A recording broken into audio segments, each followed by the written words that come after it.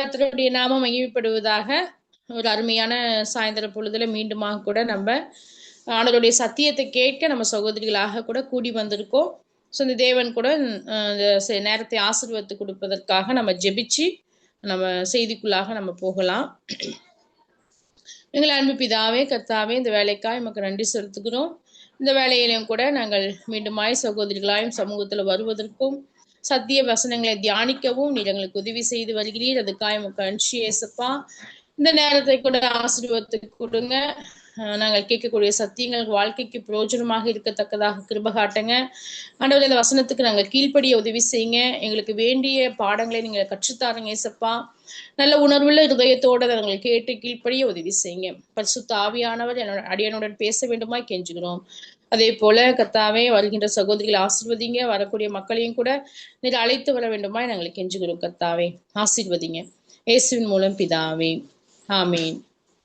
ஒரு பாட்டு பாடிட்டு நம்ம செய்திக்குள்ள போகலாம். சந்தோஷ் நமக்கா பாடுவாங்க. கர்த்தருடைய நாமம் மகிமைப்படுவதாக. நம்மளுடைய பாடல் புத்தகத்தில் உள்ள 321 பரிசுத்தர் கூட்டம் நடுவில் ஜொலி தீடும் சுத்த ஜோதி அரூபியே வேளையில் அடியா நெஞ்சம் வாரிரோ அரூபியே வேளையில் அடியா நெஞ்சம் வாரிரோ மீன் கேட்டால் பாம்பை அருள்வாருண்டோ கள் தின்ன கொடுக்கும் பெற்றோருண்டோ மீன் கேட்டால் பாம்பை அருள்வாருண்டோ கள் தின்ன கொடுக்கும் பெற்றோருண்டோ பொல்லாதோர் கூட செய்திடார் நற்பீத நலம் அருள்வார் பொல்லாதோர் கூட செய்திடார் நற்பீத நலம் அருள்வார் பரிசுத்தர் கூட்டம் நடுவில் ஜொலி தீடும் சுத்த ஜோதி அரூபியே வேளையில் அடியா நெஞ்சம் மாறிரோ அரூபியே வேளையில் அடியா நெஞ்சம் மாறிரோ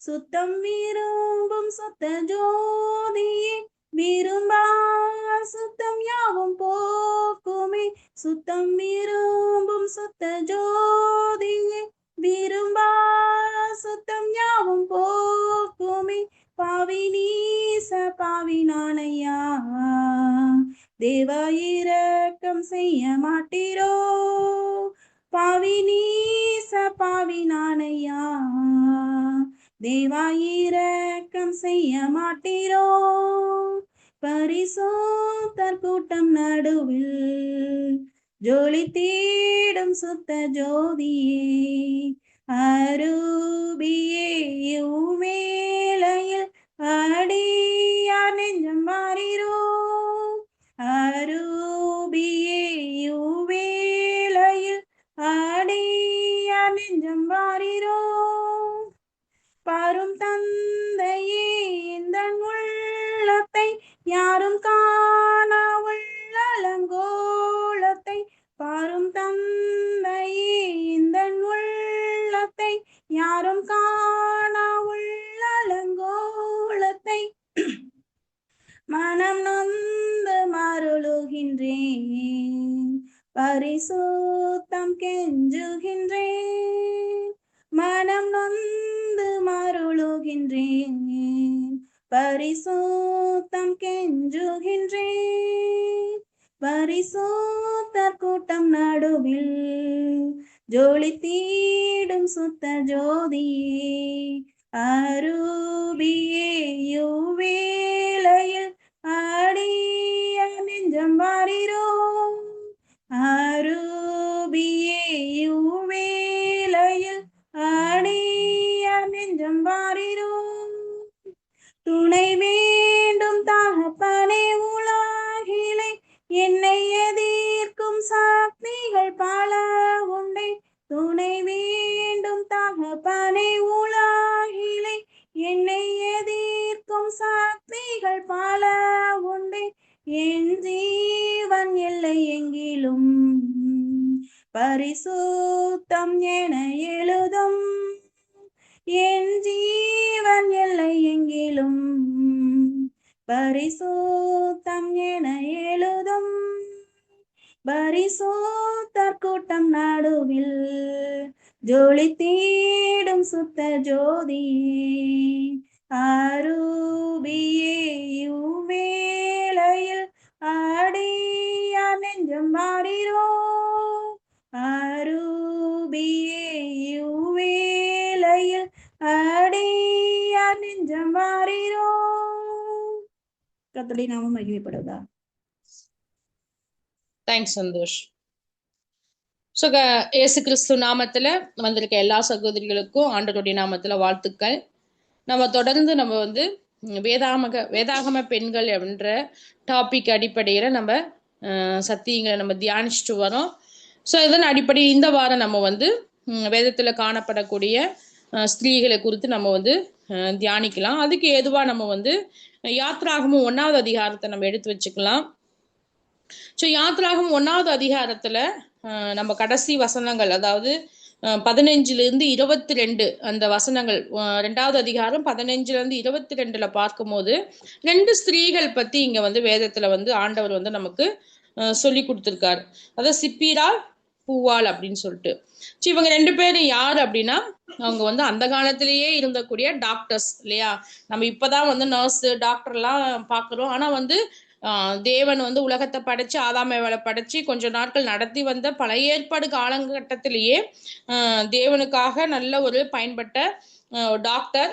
தேவனுடைய கருத்துல மட்டும் இல்ல, ராஜா எகிப்து ராஜாவுக்கு கூட இந்த டாக்டர் இந்த 2 ஸ்திரீகளை பத்தி தெரியுது அப்படின்னா நிஜமாலுமே அவங்க 2 பேரும் ஒரு ஃபேமஸான ஒரு டாக்டர்ஸா தான் அந்த காலத்துல இருந்திருக்காங்க. அப்ப இந்த 2 ஸ்திரீகளும் வந்து மருத்துவச்சிகள் அப்படின்னு சொல்லிட்டு வேதத்துல நமக்கு வந்து போட்டிருக்காது. எபிரேய மருத்துவச்சிகள். எகிப்துல வந்து எபிரேய மருத்துவச்சிகள் ஃபேமஸா இருக்கிறது வந்து பெரிய ஒரு அபூர்வமான ஒரு காரியம். ஏன்னா எபிரேயர்கள் வந்து எகிப்துக்கு அருவருக்கப்பட்ட மக்களா காணப்படுவாங்க. ஆனா ராஜாவே வந்து இந்த மருத்துவச்சிகளை கூப்பிட்டு பேசுறாரு அப்படின்னா அது எபிரேய மருத்துவச்சிகள் அப்படின் போது நிஜமாகவே அவங்களுடைய காரியங்கள் பார்க்கும் போது தேவன் இவங்க என்ன பண்ணிக்கிறார், அந்த அளவுக்கு வந்து உயர்த்தி இருக்காரு அப்படின்றதுதான் பார்க்க முடியும். ஸோ இந்த 2 ஸ்திரீகளை குறித்து தான் நம்ம என்ன பண்ண போறோம், இன்னைக்கு நம்ம வந்து டீட்டெயிலா நம்ம வந்து படிக்க போறோம். இதுல வந்து எனக்கு ரொம்ப பிடிச்ச வசனம் என்ன அப்படின்னா 21வது வசனம். அந்த 2ஆம் அதிகாரத்துல யாத்ராகம் 2:21 வாசிக்கும் போது, மருத்துவச்சிகள் தேவனுக்கு பயந்ததினால் அவர்களுடைய குடும்பங்களை தலைக்கும்படி செய்தார். அப்ப இங்க தேவன் இங்க என்ன சொல்லியிருக்காருன்னா, அந்த மருத்துவச்சிகள் தேவனுக்கு பயந்ததினால் அவங்களுடைய குடும்பங்களை தலைக்கும்படி செய்தார். இப்ப இந்த ஸ்திரீகளுடைய குடும்பங்களை ஆண்டவர் என்ன பண்றாரு, ஆசீர்வதிக்கக்கூடிய தலைக்கும்படி செய்யக்கூடிய ஒரு தேவனா காணப்பட்டார் அப்படின்னு நம்ம வந்து பாக்குறோம். அப்போ இவங்க வாழ்க்கையில வந்து தேவன் வந்து அவங்க குடும்பங்களை தலைக்கும்படி செய்தார் அப்படின்னா இவங்க என்ன செய்தாங்க அப்படின்றத குறித்து நம்ம வந்து டீட்டெயிலா நம்ம என்ன பண்ணலாம், படிக்கலாம். ஏன்னா இன்னைக்கு நம்மளும் வந்து குடும்பம் என்ற ஒரு அமைப்புக்குள்ளதான் வாழ்ந்துட்டு வரோம் இல்லைங்களா. அப்போ நம்ம நிறைய விரும்புறோம். என்ன விரும்புறோம், நம்முடைய குடும்பங்களும் ஆசீர்வதிக்கப்படணும், நம்ம பிள்ளைகள் ஆசீர்வதிக்கப்படணும், நம்ம குடும்பமா வந்து ஒரு நன்மையை செய்யக்கூடிய, மக்களால் பாராட்டக்கூடிய, தேவன் கரத்துல வந்து பயன்படக்கூடிய ஒரு நல்ல குடும்பமா இருக்கணும். நம்ம எல்லாருமே பிரயாசப்படுறோம். ஸ்பிரிச்சுவலாக இருக்கட்டும், பிசிக்கலா இருக்கட்டும், நம்ம பிரயாசப்படுறோம் இல்லையா. அதுக்காக தான் வேலைக்கு போறோம், பிள்ளைகளை நல்லா படிக்க வைக்கிறோம், நல்ல இடத்துல வந்து திருமணம் பண்ணி கொடுக்குறோம், ஸ்பிரிச்சுவலா பார்க்கும் போது பைபிள் படிக்க வைக்கிறோம், ஜெபிக்க வைக்கிறோம், சர்ச்சுக்கு கூட்டிட்டு போறோம். ஸோ இதெல்லாம் நம்ம எதுக்காக பண்றோம், நம்ம குடும்பம் வந்து கர்த்தரால் ஆசீர்வதிக்கப்பட்டு இருக்கணும்ன்றதுக்காக நம்ம அநேக முயற்சிகள் எடுக்கிறோம். பிசிக்கலா பார்க்கும்போது ஹெல்த் வைஸா எடுக்கிறோம், நல்ல சாப்பாடு நம்ம செஞ்சு கொடுக்குறோம், உடம்பு பிள்ளைகளோட ஹெல்த்தை நம்ம பார்த்துக்கிறோம் இல்லையா. இது எல்லாம் பண்றோம். இதுல எல்லாம் அல்டிமேட் அப்படின்னு பார்க்கும்போது நம்ம ஃபேமிலி வந்து நல்லா இருக்கணும் அப்படின்னு நினைக்கிறோம். ஆனா இங்க வசனம் என்ன சொல்லுதுன்னா, இந்த ஸ்திரீகளுடைய குடும்பங்கள் வந்து தேவன் வந்து தலைக்கும்படி செய்தார். எப்ப செஞ்சார்னா அவங்க தேவனுக்கு பயந்ததினால் அப்படின்னு நம்ம வாசிக்கிறோம். இல்லைங்களா? அப்போ இந்த ஸ்திரீகளுடைய குடும்பங்கள் தலைக்கும்படி செய்வதற்கு முக்கியமான காரணம் என்னன்னா, சில விஷயங்கள் அவங்க வாழ்க்கையில காணப்பட்டது. அப்போ அதை தியானிக்கும் போது நிஜமாகவே நம்ம குடும்பம் கூட ஆசீர்வதிக்கப்படணும்.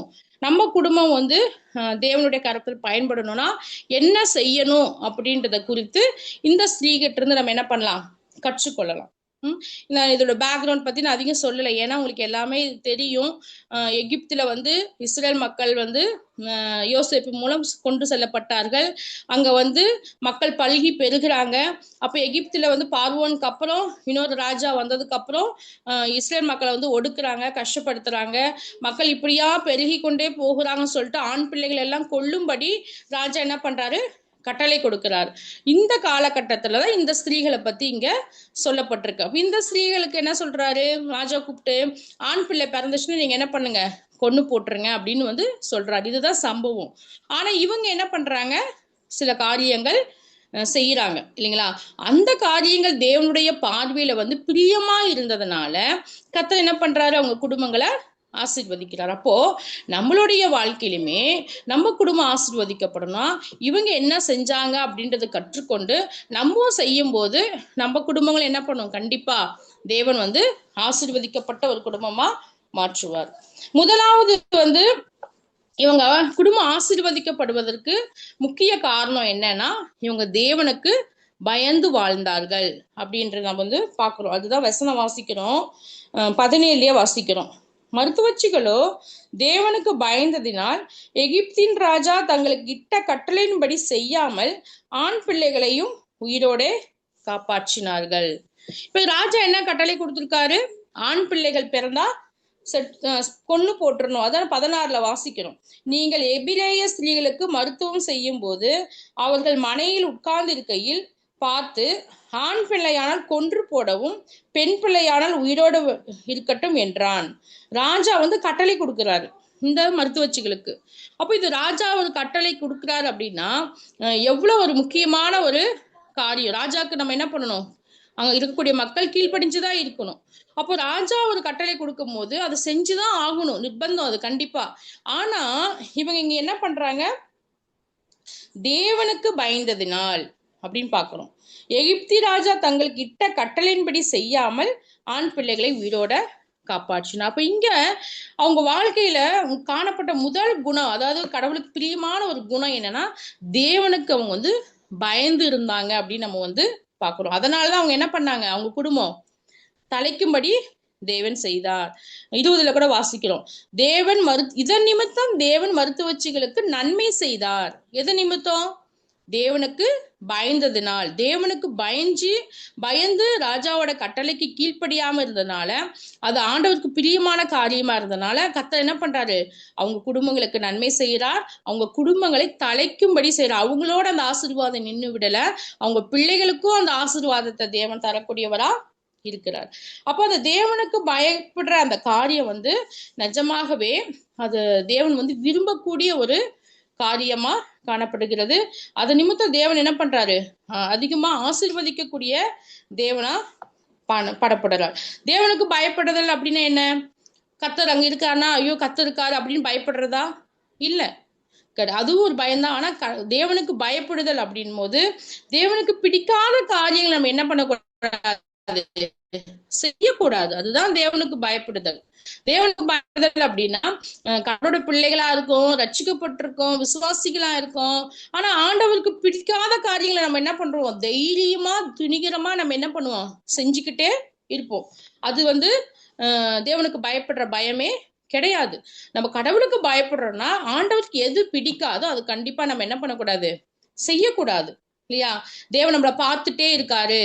நம்ம என்ன பண்றோம், இன்னைக்கு மக்கள் சின்ன விஷயத்துல ஒரு பொய்யே ஆரம்பிச்சிடுறோம் இல்லைங்களா? நம்ம பொய் சொல்றோம், இல்ல மற்றவங்களை பற்றி தவறா பேசுறோம், இல்ல வந்து அசிங்கமான என்ன பண்றோம், மக்கள் வந்து போன்ல பாக்குறது, ஷார்ட்ஸ் பாக்குறது, ரீல்ஸ் பாக்குறது, இல்லைன்னா வந்து தேவையில்லாத நேரத்தை வந்து நம்ம செலவு பண்றது, தவறான வார்த்தைகளை பேசுறது, இந்த மாதிரி அடுக்கிக் கொண்டே போகலாம். சிறு சிறு பாவங்கள் இருந்து பெரிய பாவங்கள் வரைக்கும் இருக்கு.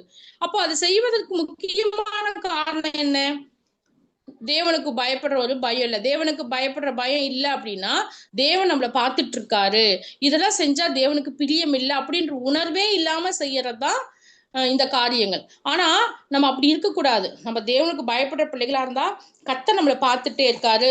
நம்ம கடவுள் வந்து பிடிக்காது இந்த காரியம், அதை நம்ம செய்யக்கூடாது. நமக்கு மீறும் போது, அதாவது நம்ம இந்த காரியத்தை செய்யும் போது நமக்கு தண்டனை வரும் அப்படின்ற ஒரு உணர்வு நமக்கு இருக்கணும். இன்னைக்கு அந்த பயமே இல்லை இல்லையா? இன்னைக்கு சாதாரணமா ஒரு அவிசுவாசியை போல நம்ம விசுவாசிகள் வந்து செய்யறதுக்கு முக்கியமான காரியம் என்னன்னா, கர்த்தரை வந்து தண்டிக்க மாட்டாரு, மன்னிச்சிருவாரு அப்படின்னு நம்ம நினைக்கிறோம். ஆனா அப்படி இல்லை. கடவுளுக்கு நம்ம பயப்படாத போது பாவங்கள் செய்யும் போது கர்த்தர் கண்டிப்பா ஏதாவது விதத்துல நம்மளை என்ன பண்ணுவாரு, தண்டிக்கக்கூடிய தேவனா இருக்கு. ஏன்னா நம்ம தேவன் சிச்சிக்கிற தேவன். ஏன்னா நம்ம அவருடைய பிள்ளைகளா இருக்கிறோம். அப்ப சிச்சைகள் மூலம் நம்ம வந்து என்ன பண்றாரு, கண்டித்து உணர்த்துவார். அப்போ நம்ம எதை செஞ்சாலும் இது தேவன் பிரியப்படுவாரா, இது தேவனுக்கு பிரியமா, இப்படி இந்த மாதிரி உணர்வுகளோடு இருக்கிறது தான் தேவனுக்கு பயப்படக்கூடிய பயம். அப்ப அந்த வாழ்க்கையில வந்து நமக்கு காணப்படணும். இந்த பெண்களோட வாழ்க்கையில பார்க்கும்போது ராஜா சொல்லியிருக்காரு, ஒரு பெரிய கட்டளை தான், மீறினா உங்களுக்கு மரண தண்டனையே கிடைக்கும், ராஜா வெட்டி போட்டுருவான்னு தெரியும். தன் உயிருக்கு பயந்து, இன்னைக்கு நிறைய இடத்துல நம்ம வேலை செய்யறோம். வேலை செய்யும் போது நம்மளுடைய எஜமான், அதாவது நம்மளுக்கு மேல இருக்க அதிகாரிகள் வந்து சில காரியங்கள் செய்ய சொல்றாங்க, ஆண்டுக்கு பிரியம் இல்லாத. அப்ப நம்ம சில சமயம் என்ன பண்றோம், மனுஷர்களுக்கு பயந்துட்டு நம்ம என்ன பண்றோம், தேவனுக்கு பிரியமில்லாத காரியத்தை செஞ்சிடுறோம். ஆனா இதே சுச்சுவேஷன் தான் அவங்களுக்கு. ஆனா இவங்க என்ன பண்றாங்கன்னா, ராஜாவுக்கு கீழ்ப்படியில தேவனுக்கு பயந்து என்ன பண்றாங்க, நன்மையானதை வந்து செய்யறாங்க. அப்போ இந்த காரியம், இந்த இருதயம் தான் தேவனுக்கு பிடிச்சமான இருதயமா இருக்கு. தேவனுக்கு தெரியும் இல்ல ராஜா யாரு, எந்த சூழ்நிலையில இவங்க இருக்காங்க, இவங்க எபிரேய ஸ்திரீகள், ராஜாவோட கீழே இருக்காங்க, அடிமைகளா இருக்காங்க, மீறினா அவங்களுக்கு தண்டனை கிடைக்கும். ஆனா இந்த சுச்சுவேஷன்ல இந்த பிள்ளைகள் வந்து என்ன எனக்கு பயந்து இவங்க நன்மை செஞ்சதுனால இவங்க எவ்வளவு ஆண்டவரை வந்து பிரியப்படுத்துறாங்க, எப்படி எனக்கு பயப்படுறாங்கன்னு அந்த காரியம் ஆண்டவருக்கு பிடிச்சதுனால அவர் என்ன பண்றாரு, இந்த மக்களை வந்து ஆசீர்வதிக்கிறார். வசனங்கள் வாசிக்கும் போது இவங்களை பத்தி இந்த அதிகாரத்துல தான் வாசிக்கிறோம். ஆனா வந்து பரிசுத்த ஆவியானவர் என்ன சொல்றாரு, அவங்களுக்கு நன்மை செய்யறாரு, அவங்க குடும்பங்களை தலைக்கும்படி செய்கிறார் அப்படின்னு. இதுக்கப்புறம் அவங்க என்ன பண்ணல, ராஜா அந்த ஒரு பிளானே எடுக்கல. அதுக்கப்புறம் வந்து மிரட்டி திரும்ப போய் நீங்க போய் மறுபடியும் போய் கொள்ளுங்க அப்படின்னு சொன்னாரா? இல்ல. இவங்க ஸ்ட்ராங்கா இருந்ததுனால ராஜா அடுத்த ஒரு பிளான் போடுறாரு இல்லைங்களா, இந்த திட்டத்தை வந்து கைவிட்டுறாரு. அப்போ கர்த்தர் என்ன பண்றாரு, இவங்களை வந்து பாதுகாக்கிறார், ஆசீர்வதிக்கிறார் பாக்குறோம். அப்ப அந்த தேவனுக்கு பயப்படுகின்ற அந்த பயம் வந்து நிஜமாகவே ரொம்ப ரொம்ப முக்கியம். நம்ம நீதிமொழிகள்ல நிறைய வசனங்கள் வந்து வாசிக்கிறோம். கடவுளுக்கு பயப்படும் போது நமக்கு வரக்கூடிய நன்மைகள் வந்து அதிகம் அதிகம். நீங்க நிறைய வசனங்களை வாசிச்சீங்கன்னா, கடவுளுக்கு பயப்படும் போது இது அவ்வளவு ஆசீர்வதிக்கப்படும், இப்படி ஆசீர்வதிக்கப்படும் சொல்லிட்டு அநேக வசனங்கள் என்ன பண்ணப்பட்டிருக்கு, பைபிள்ல வந்து சொல்லப்பட்டிருக்கு. நம்ம நீதிமொழிகள் 22:4 வாசிக்கும் போது கர்த்தருக்கு பயப்படுதல் பயம் வந்து ஐஸ்வர்யமும் மகிமையும் ஜீவனும் கொடுக்கக்கூடியதா இருக்குன்னு சொல்லிட்டு நம்ம நீதிமொழிகள் 22:4 வாசிக்கிறோம். அதே மாதிரி நம்ம ப்ராவர்ப்ஸ் 31, நீதிமொழி 31:30 வாசிக்கிறோம், கர்த்தருக்கு பயப்படுகிற ஸ்திரீ இவ்விதமாய் புகழப்படுவாயின்னு சொல்லிட்டு நம்ம வாசிச்சிருக்கோம். அதே மாதிரி நீதிமொழிகள் 14:24 கர்த்தருக்கு பயப்படுதல் ஜீவ ஊற்றை வந்து கொடுக்கக்கூடியதா இருக்கும். நீதிமொழிகள் 14:26 கர்த்தருக்கு பயப்படுதல் திட நம்பிக்கையும் பிள்ளைகளுக்கு, அவருடைய பிள்ளைகளுக்கு அடைக்கலத்தையும் கொடுக்கக்கூடியதா இருக்குன்னு சொல்லி பாக்குறோம். இன்னொன்னு முக்கியமான வசனம் நீதிமொழிகள் 10:27 கர்த்தருக்கு பயப்படுதல் ஆயுஸ் நாட்களை வந்து பெருக பண்ணும் இல்லைங்களா.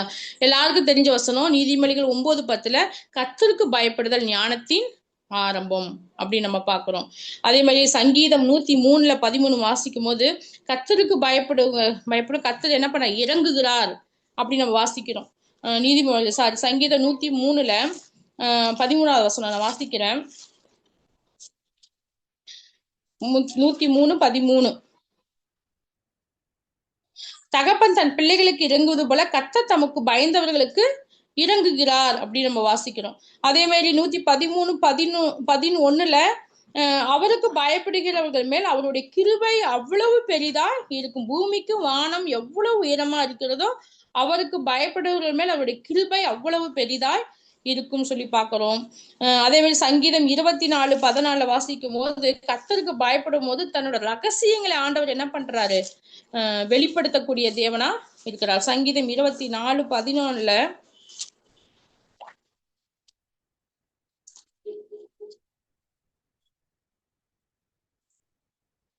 சாரி, சங்கீதம் 24:14 இல்ல, 25:14 கர்த்தருடைய ரகசியம் அவருக்கு பயந்தவரிடத்தில் இருக்கிறது, அவர்களுக்கு தம்முடைய உடன்படிக்கையை தெரியப்படுத்துவார்.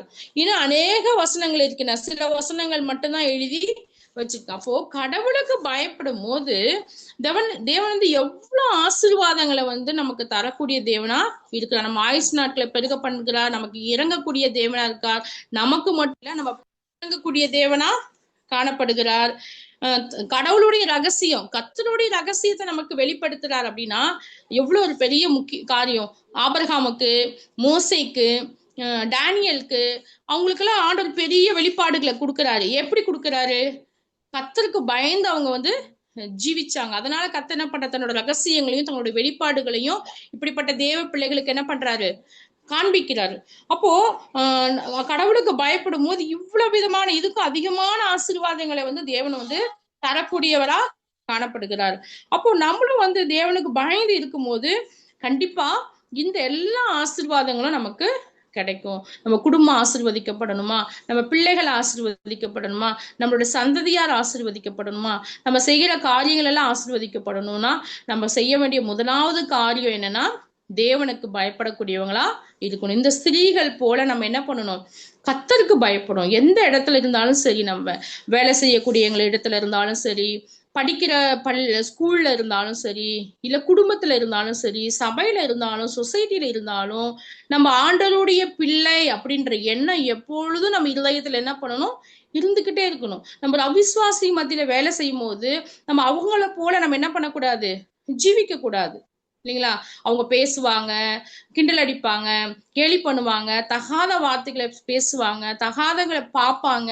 அப்போ அந்த சமயத்துல நம்ம தேவனுடைய பிள்ளை, நான் இப்படி பேசக்கூடாது, தேவன் என்ன பார்த்துட்டு இருக்காரு அப்படின்ற உணர்வோட கடவுளுக்கு பயந்து நம்ம என்ன பண்ணணும், ஜீவிக்கணும். அது ரொம்ப முக்கியம்.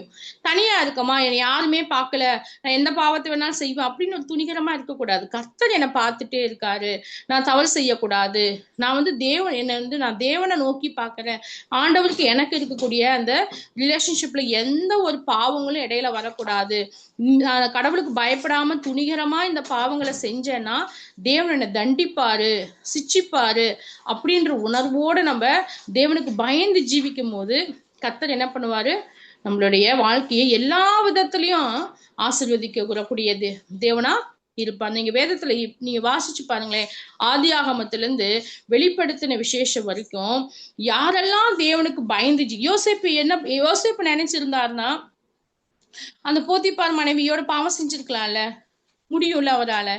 யாருமே இல்ல, தன்னோட அப்பா அம்மா இல்ல, சொந்த பந்தங்கள் இல்ல, யாருமே இல்ல. ஆனா அவர் பாவம் செஞ்சிருக்கலாம். ஆனா அவர் யாருக்கு பயந்தாரு? தேவனுக்கு மாத்திரம்தான் பயந்தாரு. தேவனுக்கு இப்படி செய்வது எங்க தேவனுக்கு பிரியமில்லாத காரியம் சொல்லிட்டு தன்னோட ட்ரெஸ்ஸை விட்டுட்டு அவர் என்ன பண்ணாரு, ஓடி போனாரு. சோ அதோடைய விளைவு என்ன? எகிப்து ராஜாக்கு ஈக்குவலா அவர் என்ன பண்றாரு, யோசேப்பை வந்து உயர்த்துறாரு. அதே மாதிரிதான் டேனியல் வந்து தேவனுக்கு பயந்தாரு இல்லைங்களா. தன்னை வந்து தீட்டுப்படுத்தக்கூடாது. நினைச்சு பாருங்களேன், நம்ம ஒரு காலேஜ்ல வேலை பார்க்குறோம், இல்லைன்னா வந்து பேங்க்ல ஒர்க் பண்றோம்னா ஒரு ஸ்டாஃபோட சேர்ந்து போனோம்னு வச்சுக்குவேன். அவங்களோட போகும்போது நம்ம என்ன பண்ணுவோம், அவங்கள போலயே மாறிடுவோம். சாப்பிட்றதா இருக்கட்டும், பேசுறதா இருக்கட்டும், பழகிறதா இருக்கட்டும், ஒரு டூர் போறோம், பிக்னிக் போறோம்னா அவிசுவாசிகளுடைய பழக்க வழக்கங்கள் அப்படியே வந்துடும். ஆனா டேனியல் என்ன பண்றாரு, பாபிலோன்ல போய் இருந்தாலும் கூட தீட்டுப்படுத்தக்கூடாது சொல்லி இருதயத்துல அவர் தீர்மானம் பண்ணது உறுதியா இருக்காரு. நான் எங்க போனாலும் ஆண்டவருடைய பிள்ளைதான் அப்படின்னு உறுதியா இருந்தனால்தான் டேனியல் என்ன பண்றாரு, கர்த்தர் அவ்வளவா ஆசீர்வதிக்கிறார். நான் சொல்றது 1-2 எக்ஸாம்பிள். நீங்க பைபிள்ல பார்க்கும் போது அநேக எக்ஸாம்பிள் வந்து கடவுளுக்கு பயப்படும் போது அவங்களோட வாழ்க்கையெல்லாம் தேவன் என்ன பண்றாரு, அதிகமா ஆசீர்வதிக்கிறார். அப்போ நம்ம நல்லா புரிஞ்சு கொள்ள வேண்டிய விஷயம்னா, நான் பைபிள் படிக்கிறோம், ஜெபிக்கிறோம், இதெல்லாம் ஓகே தான். ஆனா அதை விட முக்கியமானது கடவுளுக்கு பயப்படக்கூடிய பயம் நம்ம வாழ்க்கையில வேணும். நம்ம பேசும்போது, நம்ம நடந்து கொள்ளும் போது, நம்ம மற்றவங்களை பத்தி சொல்லும் போது, இல்லைன்னா வந்து நம்ம வேலை செய்யக்கூடிய இடத்துல எல்லா விதத்திலையும் நம்ம இருந்தா யாரு இருந்தாலும் சரி இல்லைனாலும் சரி தேவன் என்னோட இருக்காரு, தேவன் நம்ம பேசுறத கேட்கிறாரு, நம்ம சிந்திக்கிறத கவனிக்கிறாரு அப்படின்ட்டு ஆண்டவருக்கு இது பிரியம் இல்லை பிரியம் இல்லைன்னு சொல்லி நம்ம உணர்வுள்ள இருதயத்தோடு கடவுளுக்கு பயந்தோம்னா கண்டிப்பா கர்த்தர் என்ன பண்ணுவாரு, நம்மளையும் யோசேப்பு போல, டேனியல் போல, மோசே போல, யோபு போல என்ன பண்ணுவாரு, ஆசீர்வதிக்கக்கூடிய ஒரு தேவனா இருக்காரு. அதுதான் இவங்களோட வாழ்க்கையில நம்ம பார்த்தவங்க. சின்ன ஸ்திரீகள் தான், அவங்கள பத்தி அதிகம் சொல்லப்படல. ஆனா அவங்க வாழ்க்கையில கடவுளுக்கு பயப்பட்ட பயம் இருந்தது. உயிரே போனாலும் பரவாயில்ல, ராஜா எங்களை கொன்னு போட்டாலும் பரவாயில்ல, ஆண்டவருடைய திட்டத்தில் இருக்கக்கூடிய ஆண் பிள்ளைகளை நாங்க கொல்ல மாட்டோம் அப்படின்னு அவங்க தீர்மானம் பண்ணின அந்த ஒரு காரியம் வந்து என்ன ஆகுது, தேவனுக்கு பயந்த காரியம் கர்த்தருக்கு வந்து பிரியமா இருந்ததுனால அவங்கள வந்து ஆசீர்வதிக்கிறார். இது முதலாவது அவங்க வாழ்க்கையில காணப்பட்ட ஒரு காரியம். இதனால கர்த்தர் என்ன பண்ணாரு, அவங்க குடும்பங்களை வந்து தலைக்கும்படி செய்தார்.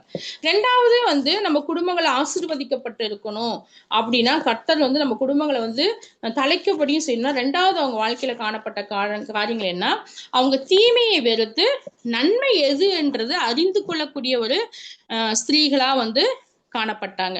இவங்களுக்கு இங்க தெரியுது எது, ஆண் பிள்ளைகளை கொன்னு போட்டா அது தீமை அப்படின்றத வந்து அவங்க வந்து தெரிஞ்சு வச்சிருந்தாங்க.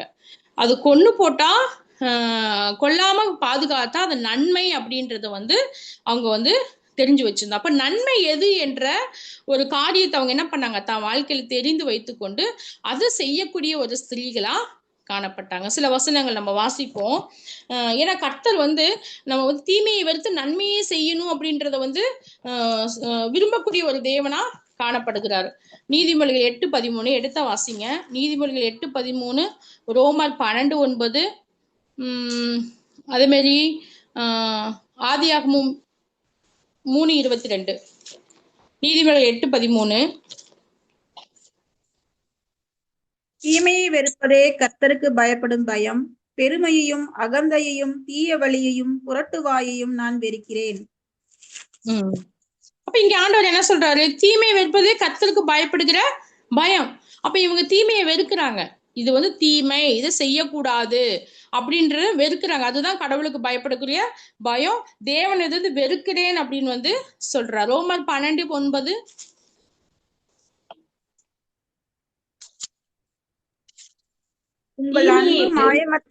உங்கள் அன்பு மாயமற்று இருப்பதாக தீமையை வெறுத்து நன்மையை பற்றி கொண்டிருங்கள். இங்க ஆண்டவர் என்ன சொல்றாரு, தீமையை வெறுத்து நன்மையை பற்றி கொண்டிருங்கள் அப்படின்றாரு. அப்ப ஆண்டவர் வந்து தீமையை நீங்க வெறுக்கணும் அப்படின்றாரு, நன்மையை நீங்க வந்து பற்றி கொண்டு இருக்கணும் அப்படின்றாரு. அதே மாதிரி ஆதியாகமம் 3:22 நம்ம வாசிப்போம். கர்த்தர் வந்து மனுஷனை படைச்ச உடனே என்ன சொல்றாரு, 3:22 வாசிங்க. ஜெனிசிஸ் 3:22.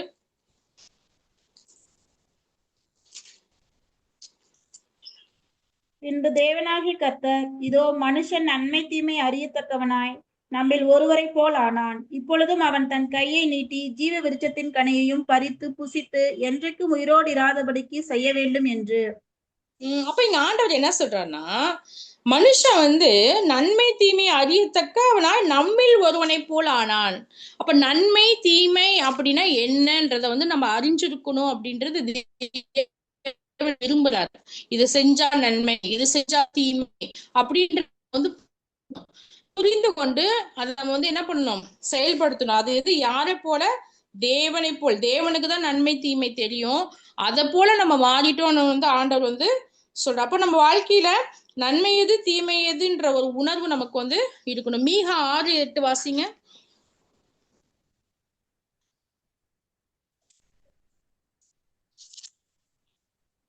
மீகா 6:8.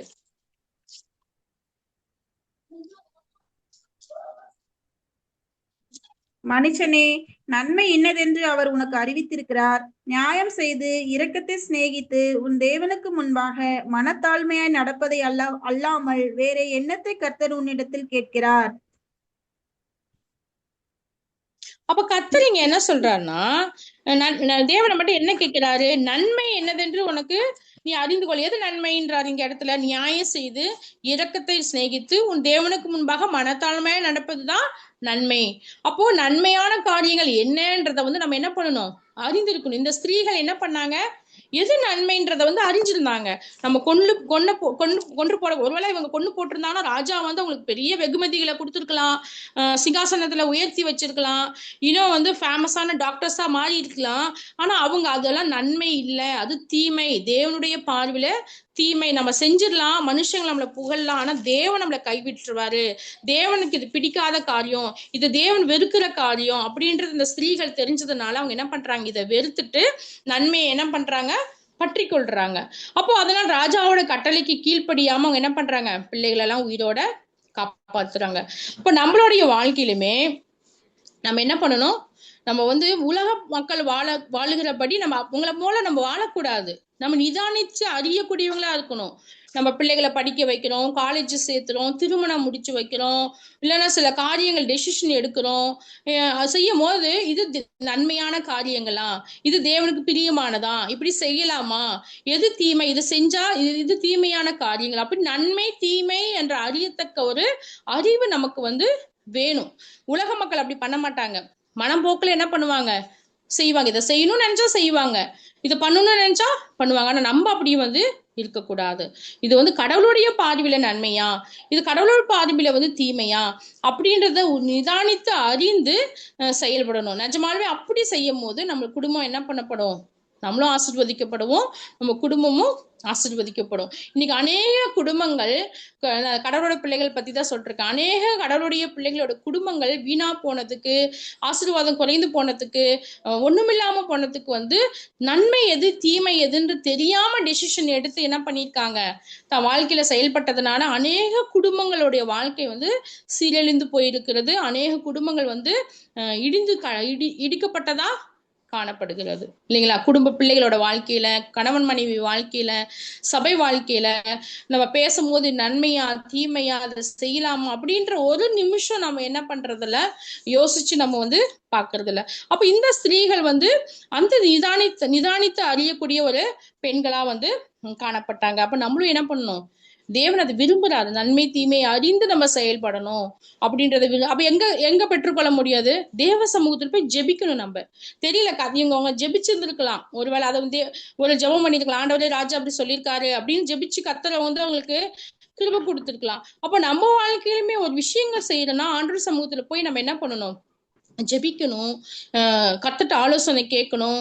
இன்னொன்னு வந்து நம்ம வந்து இது செய்யலாமா வேண்டாமான்றத வந்து தேவ பிள்ளைகள்கிட்ட கேட்டு நம்ம என்ன பண்ணணும், செய்யக்கூடியவங்களா இருக்கணும். அப்படி செய்யும் போது நம்ம என்ன பண்ணுவோம், தீமையை வந்து செய்திடவே மாட்டோம். சோதோம் குமாரா பட்டணத்துல வந்து லோத்து போய் குடியிருந்தது தீமையான காரியங்கள் இல்லையா, பார்வைக்கு இன்பமா இருந்தனால அவர் என்ன பண்ணிட்டாரு, சோதோம் குமாரா பட்டணத்தை போய் தேர்ந்தெடுத்துட்டு போயிருந்தது. அதோட விளைவுகள் என்ன ஆச்சு, பாக்குறதுக்கு இன்பமா இருந்துச்சு, பசுமையா இருந்தது, செழிப்பா இருந்தது.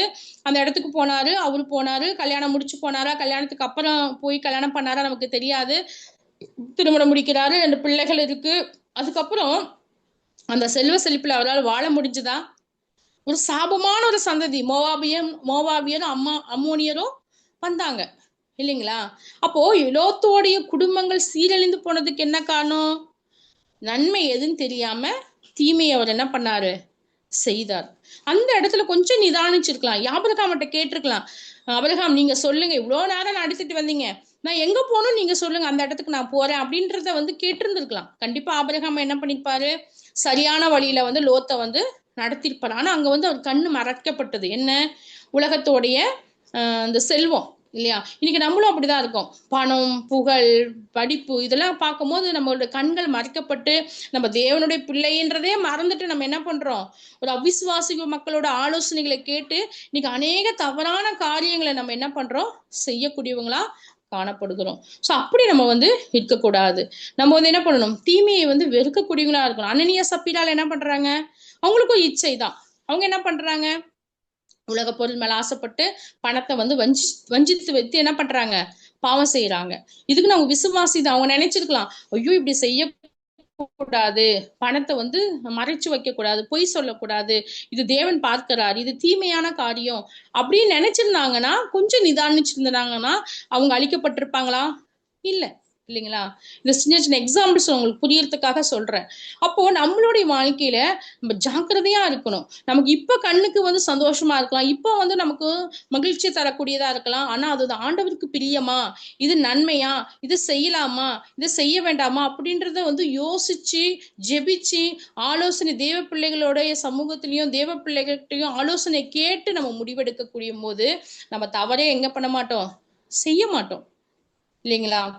நம்ம செய்யாம விட்டுறதுனாலதான் இன்னைக்கு அநேக இழப்புகள், அநேக சாபங்கள், அநேக பலவீனங்கள், நிறைய நம்ம ஆசீர்வாதங்களை இழந்து போய் நம்ம என்ன பண்றோம்? தேவன் கரத்துல பயன்படாம ஒரு வேஸ்டான ஒரு பாத்திரமா, குடும்பமா நம்ம வந்து காணப்படுகிறோம். ஸோ அப்படி நம்ம வந்து பண்ணக்கூடாது. அப்போ ரெண்டாவது அவங்களோட வாழ்க்கையில காணப்பட்ட காரியம் நன்மை எது, தீமை எதுன்ற அறிந்து அதை வந்து என்ன பண்றாங்க? செய்யக்கூடியவங்களா இந்த பெண்கள் வந்து காணப்பட்டாங்க. மூணாவது பார்க்கும்போது இவங்க வாழ்க்கையில அவங்களுக்கு கர்த்தர் ஒரு ஞானமா பேசக்கூடிய ஒரு ஸ்திரீகளா காணப்பட்டாங்க. இங்க வந்து ராஜா வந்து சொல்றாரு, திரும்ப போய் ராஜா கேட்கிறாரு. ஆனா இவங்க என்ன பதில் சொல்றாங்க? நம்ம அதான் யாத்ராகமத்துல வாசிக்கிறோம். என்ன வாசிக்கிறோம்? 18-19 வாசிக்கிறோம். அதனால் எகிப்தின் ராஜா மருத்துவச்சிகளை அழைப்பித்து, நீங்கள் ஆண் பிள்ளைகளை உயிரோடு காப்பாற்றின காரியம் என்னவென்று கேட்டான். அதற்கு மருத்துவச்சிகள் பார்வோனை நோக்கி, எபிரேய ஸ்திரீகள் எகிப்திய ஸ்திரீகள் போல் அல்ல, அவர்கள் நல்ல பலமுள்ளவர்கள். மருத்துவச்சி அவர்களிடத்தில் போகும் முன்னே அவர்கள் பிரசவித்தாகும் என்றார்கள். அப்போ இங்க பொய் சொன்னாங்க அப்படின்னு நம்ம சொல்ல முடியாது. பொய் சொன்னாங்களோ இல்லையோ, ஆனா உண்மை நிஜமாலுமே வந்து எபிரேய ஸ்திரீகள் வந்து பலமுள்ள ஸ்திரீகள். கர்த்தர் பாருங்க அவங்களுக்கு எப்படி வெளிப்படுத்துறாரு ஞானத்தை. அவங்க நல்ல பலமுள்ளவர்கள். அவங்க ராஜா கிட்ட போய் எப்படி நம்ம சொன்னா ராஜா வந்து நம்மளுக்கு தண்டிக்க மாட்டாரு, கர்த்தர் காப்பாத்துறாரு. இருந்தாலும் அவங்க என்ன பண்றாங்க? ஞானமா போய் ராஜா கிட்ட வந்து பேசுறாங்க. இந்த ஞானம் எப்படி அவங்களுக்கு கிடைச்சது? ராஜா அப்ப கோபம் வராம தான் உயிரையும் காப்பாத்திக்கணும். அதே மாதிரி எப்படி சொல்லணுன்றத வந்து யோசிச்சு ஞானமா வந்து செயல்படுறாங்க. அப்ப இந்த ஞானம் எப்படி கிடைக்குதுன்னா, அவங்க ஆண்டவருக்கு நான் சொன்ன மாதிரி பயப்பட்டதுனால கர்த்தர் என்ன பண்றாரு? ஸ்பெஷல் கிரேஸ் ஆகி இந்த ஞானத்தையும் ஆண்டவர் என்ன பண்றாரு? அவங்களுக்கு விசேஷமா கொடுக்குறாரு. நீதிமொழிகள் 9:10 வாசிப்போம்.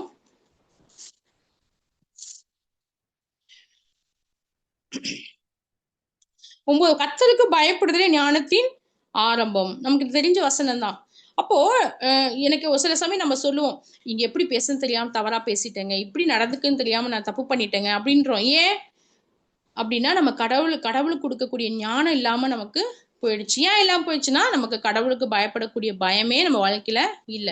அப்போ நம்ம கடவுளுக்கு பயந்து உணர்வுள்ள ஒரு விசுவாசிகளா காணப்படும் போது கர்த்தர் நமக்கு வந்து ஸ்பெஷல் கிரேஸ் ஆகி எந்த இடத்துல எப்படி பேசணும், எப்படி நடந்து கொள்ளணும், இந்த காரியம் செய்யலாமா வேண்டாமா, கொடுக்கக்கூடிய எல்லா திட்டங்களையும் நமக்கு என்ன பஸ்ல புதிய திட்டங்களை தருவாரு, செயல்பாடுகளை தருவாரு. எப்படி தருவார்னா, நம்ம கடவுளுக்கு பயந்து வந்து ஜீவிக்கும் போது ஞானத்தை வந்து வசனம் சொல்லிருக்கு இல்லையா? கர்த்தருக்கு பயப்படுதலே ஞானத்தின் ஆரம்பம். கர்த்தருக்கு பயப்படுதல் ஞானத்தோட ஆரம்பம் இல்லைங்களா? அது எங்கேயும் நீங்க இப்ப என்ன பண்ணக்கூடாது? பெற்றுக்கொள்ளவே முடியாது. நான் பைபிள் படிக்கிறேன், ஜெபிக்கிறேன், இல்லைன்னா வந்து பெரிய பெரிய தியாலஜி புக் படிக்கிறேன், கமாண்ட்ரி படிக்கிறேன், நிறைய செமினார் அட்டன் பண்றேன், இல்லை நிறைய வேர்ல்டி புக்ஸ் படிக்கிறேன், நிறைய ஜென்ரல் நாலேஜ் தெரிஞ்சு வச்சுக்கிறேன் அப்படின்னா உங்களுக்கு விஸ்டம் வந்து கிடைக்காது. விஸ்டம் எங்க கிடைக்கும்னா, கடவுளுக்கு நீங்க பயப்படுவது மட்டும்தான் கிடைக்கும். நல்ல ஒரு மனைவியா இருக்கணும், என் புருஷனுக்கு வந்து நல்ல ஒரு மனைவியா இருக்கணும், அவட்ட எப்படி பேசணும்னு தெரிய மாட்டேங்குது, அவட்ட கத்திடுறேன், இல்ல பிள்ளைங்களை எப்படி வளர்க்கறதுன்னு தெரியல, பிள்ளைங்களை ரொம்ப கோவப்படுத்திடுறேன், பிள்ளைங்க இந்த இப்ப சொல்றோம் இல்லையா, இந்த காலகட்டத்துல யூத் பிள்ளைங்களை வளர்க்கறது கஷ்டமா இருக்கு, இதுக்கெல்லாம் எனக்கு முடியல அப்படின் போது ஏன் முடியலன்னா, நமக்கு ஞானம் இல்லை. ஏன் ஞானம் இல்லைன்னா, நமக்கு கடவுளுக்கு பயப்படக்கூடிய ஒரு பயம் இல்ல. அப்ப நமக்கு ஒரு சேலஞ்சு தான். அப்ப இதை நம்ம வெல்லணும் அப்படின்னா, நம்ம கடவுளுக்கு பயப்படக்கூடிய பயம் இருந்தா மட்டும்தான் இந்த உலகத்துல நம்ம என்ன பண்ண முடியும்? பிள்ளைகளா இருக்கட்டும், குடும்பங்களையா இருக்கட்டும், சொசைட்டில வந்து வேலை செய்யக்கூடிய இடங்களையா இருக்கட்டும், கடவுளுக்கு ஒரு பிரியமான ஒரு வாழ்க்கை வாழ முடியும். அப்ப அந்த ஞானம் வந்து ரொம்ப ரொம்ப முக்கியம். சோ இந்த ஞானத்தை நம்ம வந்து பெற்றுக்கொள்ளணும், நம்ம கடவுளுக்கு பயப்படாம மட்டும்தான் முடியும். அப்ப இந்த ஸ்திரீகள் வந்து என்ன பண்றாங்க? இந்த ஞானமுள்ள ஒரு பெண்களா இருந்து பதில வந்து சொல்லக்கூடியவங்களா காணப்பட்டாங்க. இந்த 3 நிறைய ஒருவேளை நீங்க தியானிச்சுன்னு இன்னும் கூட அவங்க வாழ்க்கையில உங்களுக்கு என்ன பண்ணலாம், இன்னும் நிறைய குணங்கள் வந்து உங்களுக்கு தோணலாம். ஆனா எனக்கு நான் படிக்கும் போது இந்த 3 சத்தியங்கள் அவங்க வாழ்க்கையில இருந்ததுனால கர்த்தர் என்ன பண்றாரு? அவங்களையும் ஆசீர்வதிக்கிறாரு, அவங்க குடும்பங்களையும் ஆசீர்வதிக்கக்கூடிய தேவனா காணப்பட்டாரு. முதலாவது பார்க்கும்போது அவங்க தேவனுக்கு வந்து பயந்து இருந்தாங்க. தேவனுக்கு பயந்து ராஜா சொன்னதை கீழ்ப்படியாதனால கர்த்தர் என்ன பண்றாரு, அவங்க குடும்பங்களை ஆசீர்வதிக்கிறார். ரெண்டாவது, நன்மை என்ன தீமை என்ன என்று அறிந்து அதன்படி செய்யக்கூடிய, நன்மையை மாத்திரம் செய்யக்கூடிய ஒரு குடும்பம், பிள்ளைகளா ஸ்திரீகளா அவங்க வந்து காணப்பட்டாங்க. மூணாவது பார்க்கும்போது அவங்க ஞானமா பேசக்கூடிய பெண்களா காணப்பட்டாங்க. இதுல இன்னொரு விஷயம் நீங்க கவனிக்க வேண்டியது என்னன்னா, இந்த சிப்பிரால் பூவால்ன்றவங்க இந்த 2 ஸ்திரீகள் இல்லைங்களா, இதுல யாரோ ஒருத்தர் வந்து பேக் அடிச்சிருந்தாலும் இங்க என்ன ஆயிருக்கும், பிரச்சனையா இருக்கும் இல்லையா. ஆனா 2 ஸ்திரீகளும் ஒரு மனமா அவங்க என்ன பண்றாங்க, கடவுளுக்கு பயப்படுறாங்க, தீமையை வெறுக்கிறாங்க, ஞானமா பேசுறாங்க. ஒருத்தர் தப்பு செஞ்சிருந்தாலும் கூட இந்த ராஜா என்ன ஆயிடுக்கும், இந்த காரியங்கள் எல்லாம் தவறா முடிஞ்சிருக்கும். அப்போ இந்த 2 ஸ்திரீகளுமே, அதனாலதான் கர்த்தர் 2 பேர்த்தோட பேரையுமே வெளிப்படுத்திருக்கு. அப்ப 2 பேருமே என்ன பண்றாங்க, ஞானமா இருந்து அவங்க என்ன பண்றாங்க, ஒருமித்து, அதாவது தேவனுடைய நன்மையான காரியங்களை செய்வதற்கு இருவருக்கும் ஒரு மனம் வந்து இருந்தது. இப்ப அனனியா சப்பீரா பாவம் செய்வதற்கு வந்து ஒரு மனப்பட்டு காணப்பட்டாங்க. ஆனா இங்க பார்க்கும்போது இவங்க 2 பேரும் ஒரு மனமா இருந்து ஒன்றாக இருந்து தேவ திட்டத்தை நிறைவேற்றினாங்க, தேவனுடைய கட்டளைக்கு கீழ்ப்படிஞ்சாங்க, தேவனுக்கு பயந்தாங்க, தேவனுக்கு நன்மையான காரியங்களை செஞ்சாங்க, ஞானமா பேசினாங்க நம்ம வந்து பாக்குறோம். அப்ப நிஜமாலுமே இவங்களால முடியுதுன்னா நம்ம குடும்பத்துல நம்மளும் என்ன பண்ண முடியும், கணவன் மனைவி இருவரும் சேர்ந்து நம்ம என்ன பண்ணலாம், தேவனுக்கு பயப்படலாம், சேர்ந்து நம்ம கடவுளுக்கு நன்மையான காரியங்களை செய்யலாம், சேர்ந்து நம்ம ஞானமா வந்து செயல்படலாம். அப்ப நம்ம வந்து நான் இப்படி இருக்கேன், என்னோட கூட இருக்கக்கூடிய மக்கள் வந்து ஒத்து வரல அப்படின்னு நம்ம சொல்ல முடியாது. நம்ம கடவுளுக்காக நம்ம ஜெபிக்கும் போது, கடவுளுக்காக பிரயாசப்படும் போது கர்த்தர் என்ன பண்ணுவாரு, இருவருக்கும் தேவையான ஒரு மனத்தையும் வந்து கடவுள் நன்மையான காரியங்கள் செய்வதிலையும் கூட தருவார். அப்ப இந்த காரியங்கள் தான் அவங்களோட வாழ்க்கையில வந்து தேவன் ஆசீர்வதிப்பதற்கு, அவங்க குடும்பங்களை ஆசீர்வதிப்பதற்கு முக்கியமா காணப்பட்டது இல்லைங்களா. அப்ப இதை நம்ம தியானிச்சு பார்க்குவது ரொம்ப ரொம்ப முக்கியம். இப்ப நம்மளும் அப்படி இருக்கமா அப்படின்றத வந்து பார்க்கணும். இப்படி இருக்கும்போது அவங்களுக்கு என்ன ஆசீர்வாதங்கள் கிடைச்சது, இப்ப ராஜா சொல்லியிருந்தா கண்டிப்பா அதுவும் ஆசீர்வாதங்கள் தான் கிடைக்கும். ஆனா ராஜா சொல்றது கேட்காம இவங்க வந்து தன் உயிரை பணைய வைத்து செஞ்சதுனால அவங்களுக்கு உயிர் போயிடுச்சா, உயிர் போகல. அவங்க உயிரை ராஜா வந்து கொல்லவே இல்லை. அப்ப கர்த்தர் என்ன பண்றாரு, அவங்கள வந்து என்ன பண்றாரு, ஆசீர்வதிக்கிறார். எப்படி ஆசீர்வதிக்கிறாரு, ராஜா அவங்களை கொன்று போடுற மாதிரி தேவன் அவங்களுக்கு அனுமதிக்கல. இன்னொன்னு வந்து பாக்குறோம், அவங்க என்ன பண்றாங்க, திரும்பமா வந்து ராஜாவுடைய சமூகத்துல வந்து அவங்க நிக்கவே இல்லை. ஆனா அதற்கு பதிலாக என்ன சொல்ல 20ஆம் வசனத்துல, இது நிமித்தம் தேவன் மருத்துவச்சிகளுக்கு நன்மை செய்தார், ஜனங்கள் பெருகி மிகவும் பழுத்து போனார்கள். இப்ப ஆண்டவருடைய திட்டத்துல இன்னும் அவங்க என்ன பண்றாங்க, பயன்படுறாங்க. அப்புறம் மருத்துவச்சிகள் தேவனுக்கு பயந்துனா அவர்களுடைய குடும்பங்களை தலைக்கும்படி செய்தார் இல்லைங்களா. அப்போ எவ்வளவு ஒரு பெரிய ஒரு ஆசீர்வாதம். அப்ப அவங்களும் அழிக்கப்படவில்லை, அவங்க குடும்பமும் அழிக்கப்படவில்லை, அதற்கு பதிலாக அவங்க ஆசீர்வதிக்கப்படுறாங்க.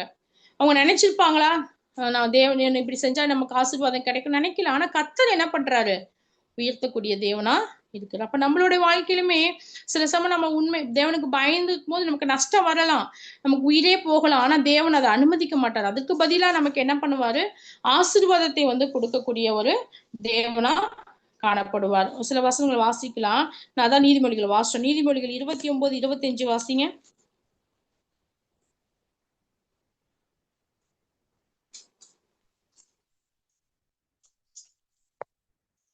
மனுஷனுக்கு பயப்படும் பயம் கண்ணியை வருவிக்கும், கர்த்தரை நம்புகிறவனோ உயர்ந்த அடைக்கலத்திலே வைக்கப்படுவான்.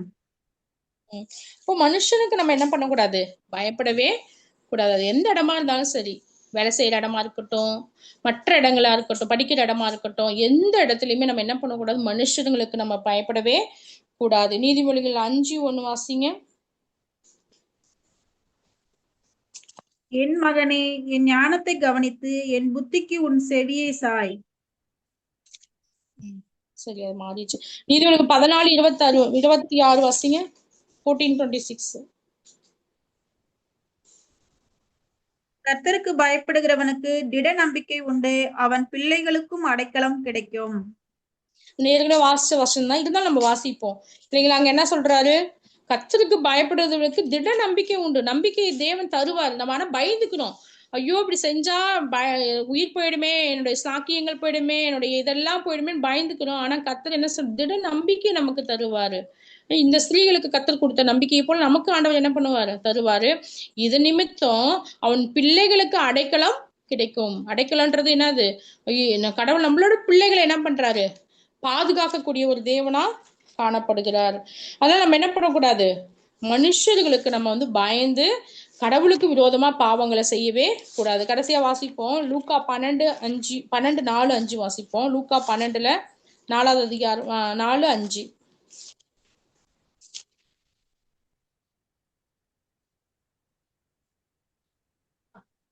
என் சிநேகிதராகிய உங்களுக்கு நான் சொல்லுகிறேன், சரீரத்தை கொலை செய்து அதன் பின்பு அதிகமாக ஒன்றும் செய்ய திராணி இல்லாதவர்களுக்கு பயப்படாதிருங்கள். நீங்கள் இன்னாருக்கு பயப்பட வேண்டும் என்று உங்களுக்கு காண்பிக்கிறேன். கொலை செய்த பின்பு நரகத்திலே தள்ள வல்லமை உள்ளவருக்கு பயப்படுங்கள். ஆம், அவருக்கே பயப்படுங்கள் என்று உங்களுக்கு சொல்லுகிறேன். இங்க ஆண்டவர் என்ன சொல்றாரு? இயேசு கிறிஸ்து, நான் உங்களுக்கு சொல்றேன், என் சிநேகிதராகிய உங்களுக்கு நான் சொல்லுகிறேன், சரீரத்தை கொலை செய்து அதன் பின் அதிகமாக ஒன்றும் செய்ய திராணி இல்லாததுக்கு நீங்க பயப்படாதீங்க. அவங்க என்ன செய்ய முடியும்? ஒண்ணுமே செய்ய முடியாது. நம்ம சரீரத்தை மட்டும்தான் தொட முடியும். அதுவும் வந்து ஆண்டவர் அனுமதிச்சா மட்டும்தான் தொட முடியும். அதனால ஏன் நீங்க அவங்களுக்கு பயந்து நீங்க பாவங்களை செய்றீங்க? நீங்க யாருக்கு பயப்படணும்?